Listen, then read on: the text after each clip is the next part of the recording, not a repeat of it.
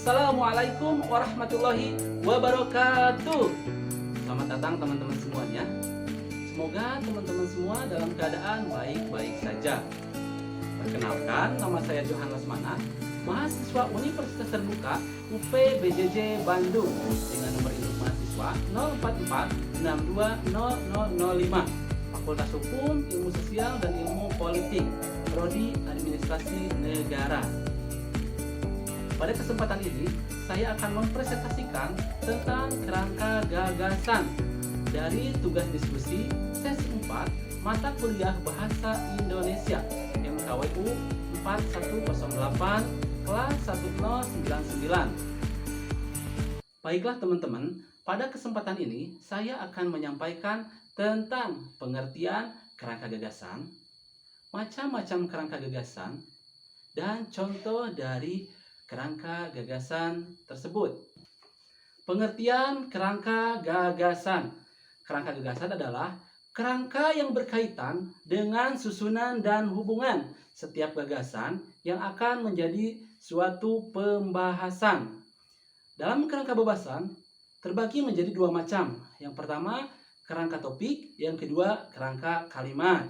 Contohnya, teman-teman akan mendapatkan tugas di kelas, misalkan tugas untuk presentasi. Nah, sebelum kalian menentukan tugas tersebut, kalian harus tentukan dulu topik yang akan dibahas. Atau misalkan kalian mendapatkan sebuah tawaran untuk menjadi moderator dalam suatu diskusi atau dalam forum tertentu. Nah, teman-teman bisa menentukan dulu gagasan-gagasan yang akan kalian bahas dalam forum tersebut.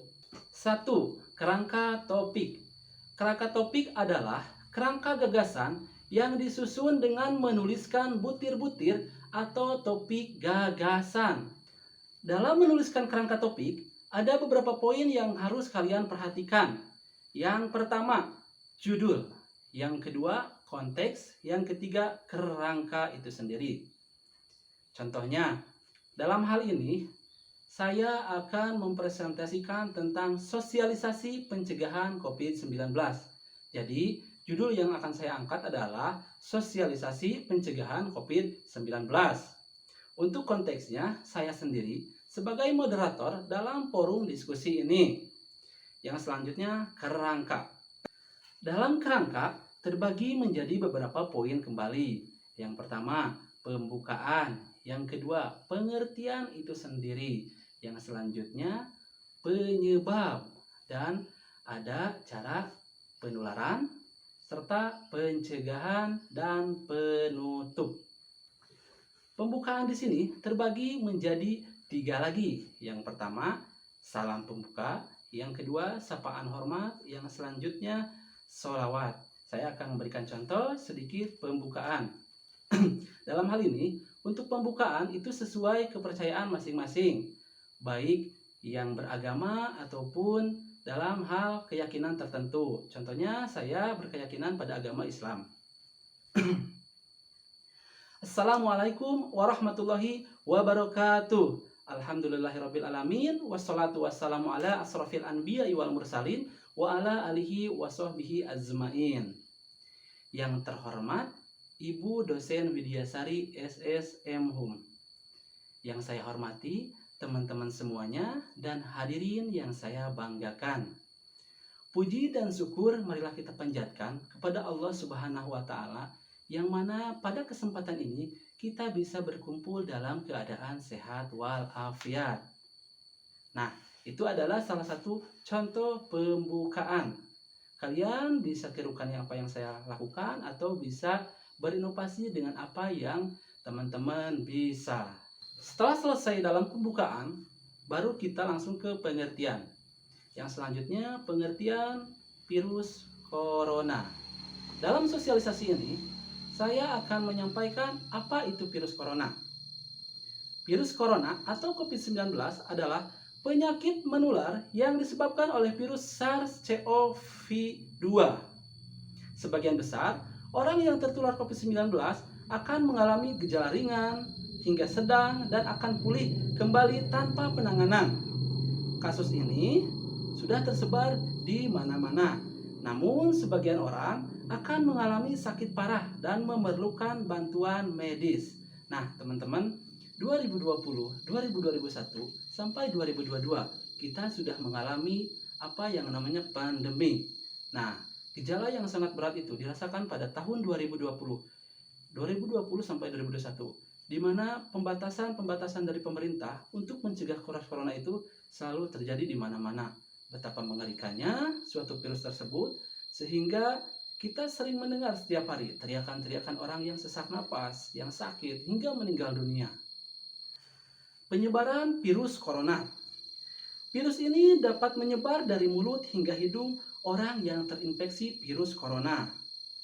Pertama, cairan-cairan dari orang yang terkena virus akan berhamburan keluar, sehingga virus tersebut akan menyebar dari satu hingga satu ke yang lainnya. Penyebabnya dari batuk, bersin, berbicara, bernyanyi, dan bernapas. Nah, Anda akan tertular saat menghirup udara yang mengandung virus corona jika berada dengan orang yang terinfeksi tentunya ya. Yang sudah terinfeksi virus COVID-19 seperti bersentuhan tangan, menyentuh mata, hidung, mulut, dan tempat ramah. Gejala yang akan dihadapi oleh penderita virus corona.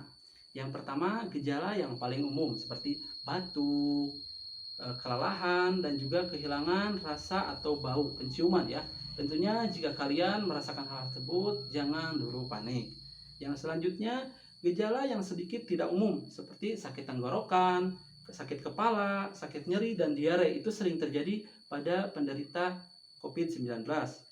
Atau ada juga gejala serius.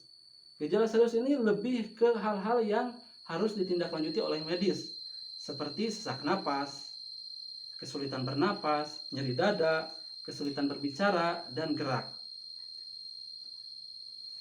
Itu adalah beberapa gejala-gejala yang dihadapi oleh penderita virus corona. Cara mengatasi virus tersebut.